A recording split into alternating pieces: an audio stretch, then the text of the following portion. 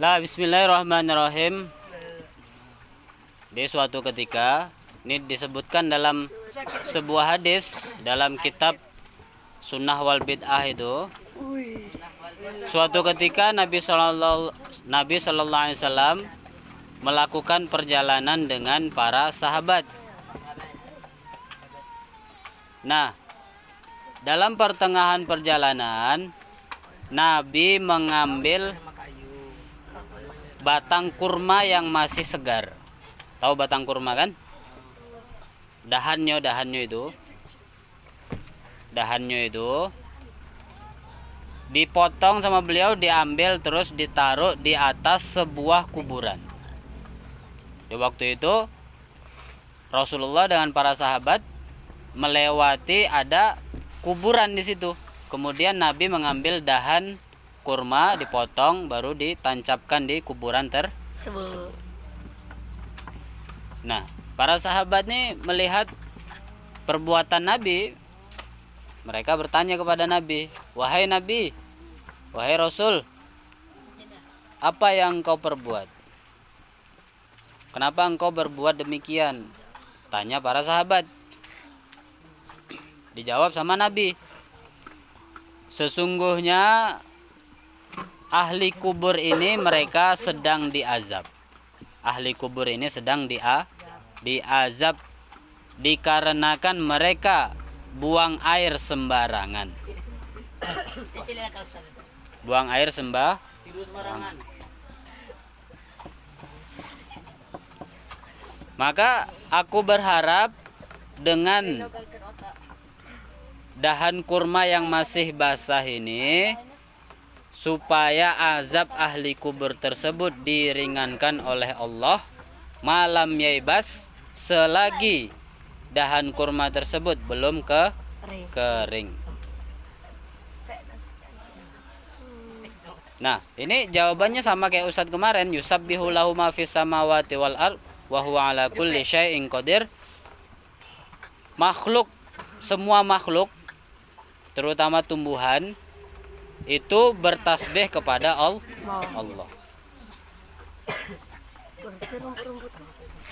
Ya, rumput-rumput ini juga bertasbih kepada Allah.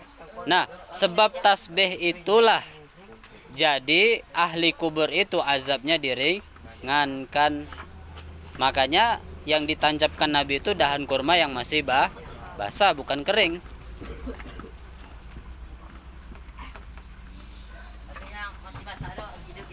Ya. Nyo bertasbih.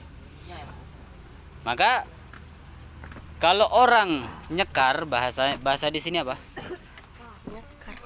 Nyekar itu bawa bunga 7 rupa ke kuburan terus ditaruh di atas kuburan itu. Ziarah. Ya. Baseng bunga. Nah, itu apa gunanya? Itu gunanya adalah supaya kita berharap ahli kubur diringankan dosanya, diringankan azabnya selama bunga-bunga tersebut masih basah. Kalau kering sudah enggak lagi, ya tebar lagi bunganya. Itu makanya Ustadz kata tak boleh. Hah? Bunganya kering ya dikasih lagi bunganya. Makanya kenapa kok sebagian ulama mengatakan sunnah ngasih bunga itu, yaitu karena berharap supaya ahli kubur itu diringankan siksanya selama masih basah. Kira-kira Nabi Muhammad doanya terkabul apa enggak? Terkabul. Terkabul. Kalau enggak terkabul ya enggak jadi nabi, gimana jadi? Makanya dilarang mencabut tumbuhan yang ada di kuburan. Nah, dasar dalilnya apa? Itu tadi hadisnya itu tadi. Cerita hadis tersebut itu hadisnya lumayan kuat dan bisa untuk hujah. Makanya sebenarnya nyekar itu, nyebar bunga itu nggak harus bunga ya. Bisa daun-daun, bisa Rumput. batang-batang pohon itu bisa selagi masih basah. Rumput pun bisa kita sebar di situ. Tuh Ustaz kata tidak boleh nyamar rumput di Ranting kuburan. jangan yang kering ya, yang masih basah. Tidak, Tat. Cabut tanaman jangan yang di situ, di lain tempat. Jadi nggak harus bunga sebenarnya. Hukum aslinya nggak harus Tuh Ustaz kata tidak boleh nyamar rumput dari Ya. kuburan. Tat. Gimana? Boleh, ya makanya itu memang dianjurkan di kuburan itu harus ada tanaman bunga. Bunga apa aja, nggak harus bunga, tapi bagusnya ya bunga. Sawit. Ya tumbuhan apa aja boleh sebenarnya, karena selagi dia masih ada di situ hidup, itu azab ahli kubur akan diringankan. Gimana?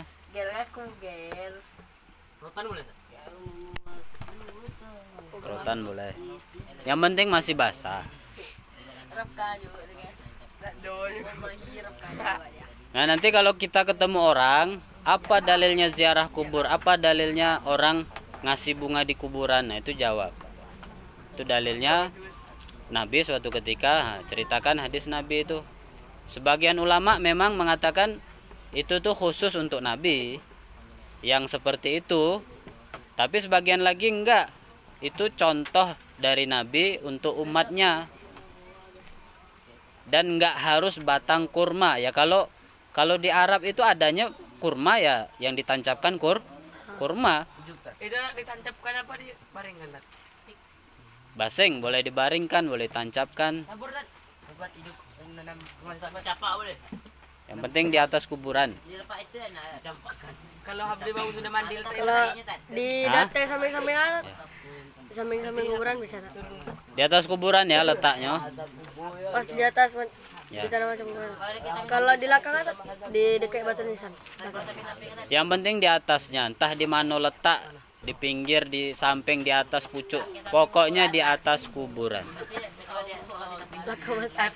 Tat, kalau kuburan tidak jauh Tat. Kemudian Langsung dimakruhkan juga kita tidur di atas kuburan. Itu ya jelek Tat. Di batu nisan tuh biasanya baring-baring, duduk-duduk. Nah, itu makruh ya. Kan biasanya kalau kita ziarah ataupun orang mau ngiringi jenazah itu kan ada orang nunggu di pinggir-pinggir Oh iya. di pinggir-pinggir kuburan tuh kan, duduk dia di nisan tuh santai be, baring, terus buang puntung rokoknya di atas kuburan. Nah, itu nggak boleh. Kalau nunjuk kuburan Tat. Nunjuk kuburan. Apa? Kuburan. Nunjuk kuburan. Misal kuburan Tat. Kuburan. Nunjuk Kuburan. Planta bego. nunjuk kuburannya nggak apa-apa, nunjuk doang. Kalau kencing Nah, sama ya. Pokoknya ngelangkah, duduk di atas kuburan, baring, buang sampah, Nunjuk. ngeludah. Ah, itu tidak boleh. jauh Tat. Minimal makro. Tapi kalau sampai berlebihan, berak di situ, nah itu bisa berdosa. Makanya kalau orang nunggu mayat dikubur itu jangan duduk di atas nisan. Kalau sebelah, Tat. Selalu. Apa? Orang gila ya tidak apa-apa orang gila. Berarti kalau di kuburan, Ya. berarti Tat, Meninggalkannya dapat pahala. Intong. Makanya besok kalau ziarah bawa bunga, ditancapkan di bunga mawar tuh nah, ditancapkan di atas kuburan tancap pohon deh. biar hidup, biar mengurangi azab Berarti ahli di kubur. sekeliling kuburan tuh, Tat. Kita Ya Allah, ya Allah. Perbedaan mubah dengan makruh. Kalau mubah itu boleh. Kalau makruh dijalankan tidak berdosa, ditinggalkan dapat pahala. Jalankan tidak berdosa. Contohnya makruh. Banyak contohnya makruh. Berarti Contohnya mirip-mirip sunnah Tat. minum berdiri, makan berdiri. Nah, itu makruh. Berarti cuma kebalikan sunnah. Ngerokok itu haram ya, Pak. Tat. Enggak, Ustaz nyata itu bagi orang yang merokok makruh. Ada Tat. Ustaz itu bagi Ya. orang yang tidak merokok haram. Bagi yang merokok makruh. Contoh mubah ya banyak. Ya, makan, tidur, minum itu yang mubah.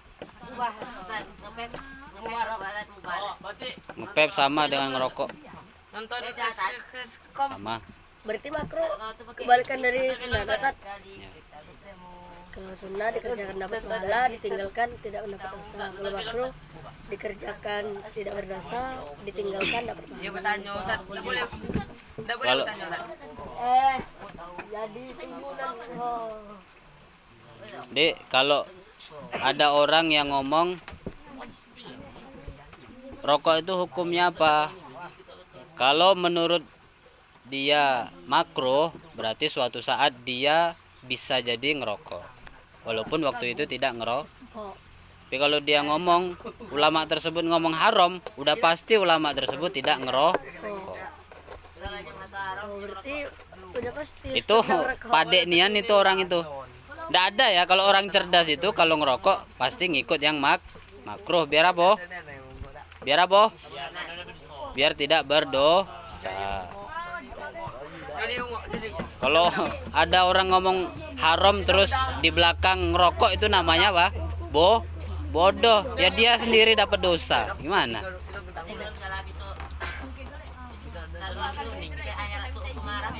Nah, cara ngetahui ada ulama ngerokok atau enggak ya tanya, apa hukum rokok menurut Ustadz apa?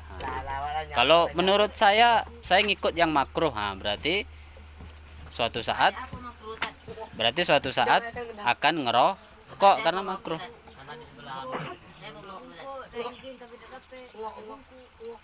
Apa? Maksudnya? Nanyanya kenapa rokok haram? Karena Ustadz ngikut yang haram. Kalau kalian nanya sama Ustadz yang lain baru kenapa makruh Ustadz? Nah, gitu. Kalau nanya sama Ustadz, kenapa Nah, gitu. Bukan belum jelas ya, udah jelas itu. Sebagian makruh, sebagian haram. Kalau kalian nanya sama Ustadz, apa? Ya tanggung sendiri. Kalau di akhirat ternyata haram ya tanggung sendiri nanti dosanya. Kalau makruh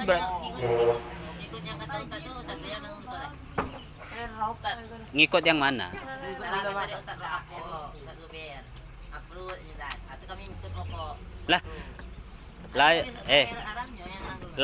La taziru waziratu wizra ukhra. Dalam Al-Qur'an itu orang menanggung dosanya masing-masing. Kalau kalian mengatakan makruh ngikut ustadz terus kalian ngerokok ternyata haram, ya dosanya ke kalian sendiri, bukan ke ustadz itu. Ustadz itu ya berpendapat sesuai dengan pendapatnya sendiri, dengan ilmunya sendiri. Hukum hidup. Maksudnya hukum hidup apa yang hidup tuh?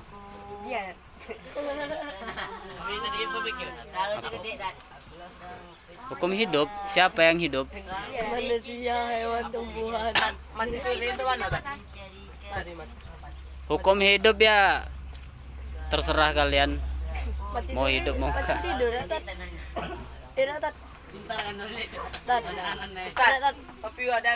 mati suri akan tidur, Dede sadar. Mati Hidup ya harus ya, kalau sudah hidup ya harus hidup. Sama pingsannya gak ada tat. Pingsan mati suri. Harus ya, hidup itu harus. Harus dengan wajib apa? Mati. Beda. Kalau harus itu ya nggak berdosa kalau nggak dilakukan.